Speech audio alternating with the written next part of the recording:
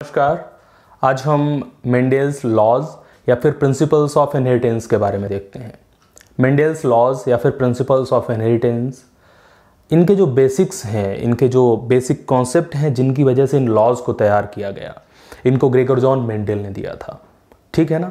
बाद में जो बेसिक, मेंडल ने लॉज नहीं दिए थे, मेंडल ने बेसिक कॉन्सेप्ट्स दिए थे। उन बेसिक कॉन्सेप्ट्स की रिडिस्कवरी हुई, जिसमें 1900 में ह्यूगो डिब्रीज, कार्ल कोरेंस और एरिक वॉन शेयरमैक, तीन साइंटिस्ट ने मिलकर कंक्लूजन्स निकाले और फिर बाद में मेंडल के लॉज प्रपोज किए गए उनके बेसिक्स के बेस पर। चलिए आज हम लॉ ऑफ डोमिनेंस को देखते हैं। लॉ ऑफ डोमिनेंस का जो एक्सप्लेनेशन है, इसको हम एक्सपेरिमेंट को देखने के बाद समझेंगे, क्योंकि एक्सपेरिमेंट को देखने पर ये अच्छे से बाद में समझ में आ जाता है। ये जो लॉ ऑफ डोमिनेंस है, ये मोनोहाइब्रिड क्रॉस के बेस पर दिया गया है। Monohybrid cross.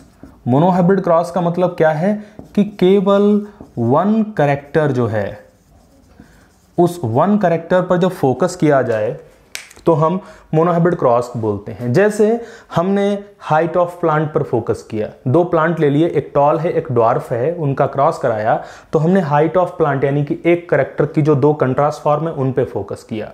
ऐसे ही हम ले सकते हैं colour of seed. Seed yellow होते हैं और सीड ग्रीन होते हैं, तो जो कैरेक्टर ऑफ सीड है हम उसको बोलेंगे कलर ऑफ सीड, और उसके दो ट्रेट हो गए, एक डोमिनेंट ट्रेट एक रिसेसिव ट्रेट। डोमिनेंट ट्रेट है येलो और रिसेसिव ट्रेट है green colour of the seed. तो हम किसी एक कैरेक्टर को जब लेंगे और उसकी दोनों ट्रेट की, जो एक डोमिनेंट ट्रेट की फॉर्म है एक रिसेसिव ट्रेट की फॉर्म है, उसको जब क्रॉस कराते हैं तो हम उसे तो हम ऐसे क्रॉस को मोनोहाइब्रिड क्रॉस बोलते हैं, जब एक कैरेक्टर पर मेरा फोकस होता है। इसको बुक्स में हमेशा जब भी लॉ ऑफ डोमिनेंस को डिफाइन करने की बात होती है तो सबसे पहले वो हाइट ऑफ प्लांट को ही लेते हैं, तो हम उसी को लेके चलते हैं। सबसे पहले क्या होता है, हम प्लांट का फिनोटाइप देखते हैं। Phenotype means morphological expression. तो एक हमने ले लिया टॉल प्लांट और एक हमने ले लिया ड्वार्फ प्लांट। ठीक है ना। ये जो पहली जनरेशन है जो हम एक्सपेरिमेंट या क्रॉस कराने के लिए सिलेक्ट करते हैं, इस जनरेशन को हम पी जनरेशन बोलते हैं, और आप इसे पी फॉर पेरेंटल समझिए।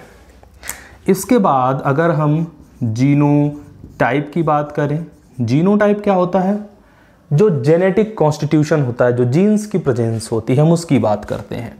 तो कैपिटल टी दो होंगे यहाँ पर, और ड्वार्फ में स्मॉल टी होंगे। अब हम आगे बात करते हैं किसकी, गैमीट्स की। गैमीट्स क्या होते हैं, चलिए थोड़ा सा समझने की कोशिश करते हैं। अगर हम ह्यूमन बीइंग की बात करें तो ह्यूमन बीइंग में कितने क्रोमोसोम्स, कितने पेयर ऑफ क्रोमोसोम्स होते हैं, 23 पेयर ऑफ क्रोमोसोम्स।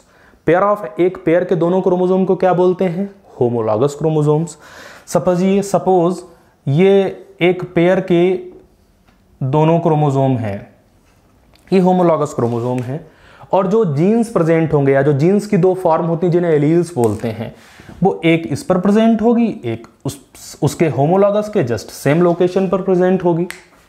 लेकिन जब गैमीट बनेंगे तो पेयर में से एक क्रोमोसोम गैमीट में चला जाता है, तो हमेशा जो एलीलीज होंगे वो हाफ एलीलीज ही गैमीट में जाते हैं। कितने जाते हैं, हाफ एलीलीज ही गैमीट में जाते हैं, क्योंकि गैमीट में क्रोमोसोम नंबर हाफ होता है। क्लियर है ना।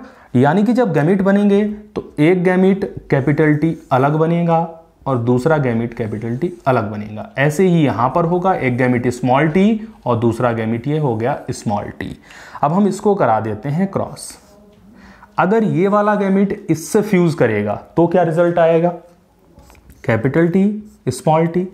अगर फिर ये वाला गैमीट इससे फ्यूज कर जाएगा तो रिजल्ट क्या आएगा, कैपिटल टी स्मॉल टी। अगर ये वाला गैमीट इससे फ्यूज कर गया तो भी result capital T small T, और ये वाला गैमीट इसके साथ फ्यूज कर गया तो भी कैपिटल टी स्मॉल टी। यानी कि हर एक केस में जो चार प्रोबेबिलिटीज बन रही हैं, चार संभावनाएं बन रही हैं रिजल्ट्स आने की, वो सब में सेम है, सब कैपिटल टी और स्मॉल टी ही दिख रहे हैं। तो P1 जनरेशन या फिर पेरेंटल जनरेशन का हम क्रॉस कराते हैं, फिर जो रिजल्ट आता है इसको हम क्या बोलते हैं, इसको हम F1 जनरेशन बोलते हैं। हम आपको वहां पर टर्मिनोलॉजी में बता चुके हैं। F1 का मतलब क्या होता है, फर्स्ट फीलियल, यानी कि पेरेंट्स के ये फर्स्ट ऑफ स्प्रिंग्स हैं। अब इसमें थोड़ा करेक्टर्स को देखिए। यहाँ पर अगर हम देखें तो दो एलील्स प्रेजेंट हैं। दो एलील्स क्या होता है, जीन की जो डिफरेंट फॉर्म होती हैं, या फिर आप कह सकते हैं alternative forms of the genes are considered as allele.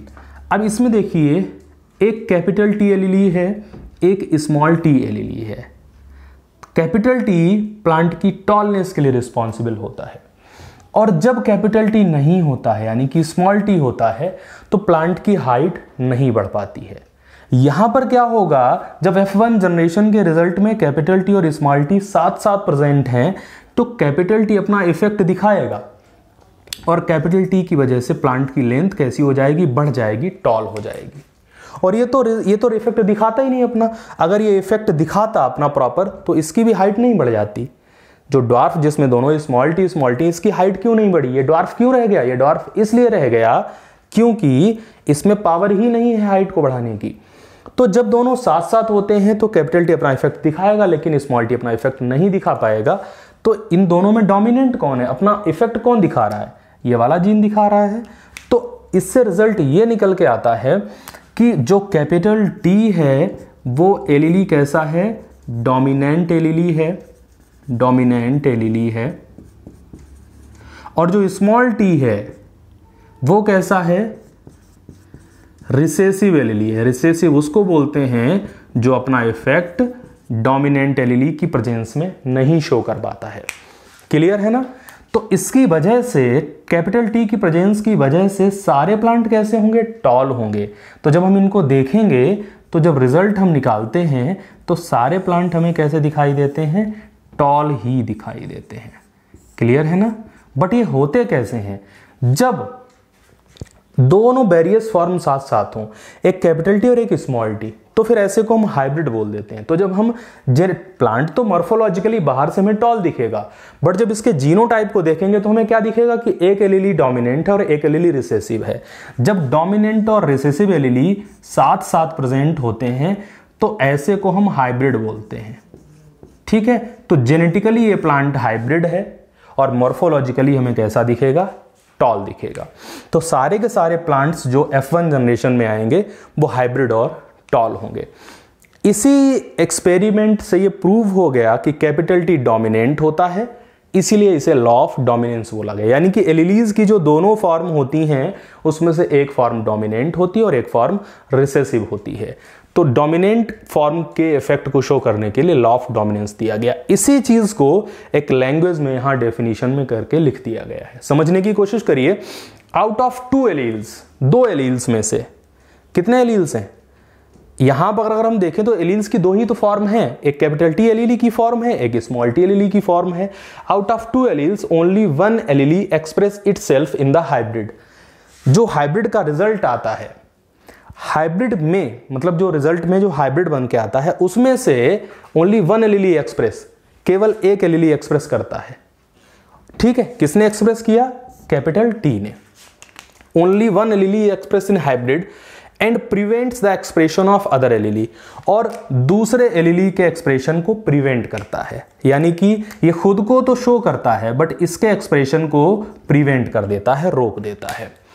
ठीक है, the allele which express itself in the hybrid, hybrid में जो एलीली खुद को एक्सप्रेस करता है उसे हम डोमिनेंट एलीली बोलते हैं, और जो खुद को एक्सप्रेस नहीं कर पाता, and the other allele which is unable to express itself in the hybrid is termed as recessive allele, और जो खुद को एक्सप्रेस नहीं कर पाता है उसको हम रिसेसिव एलीली बोलते हैं।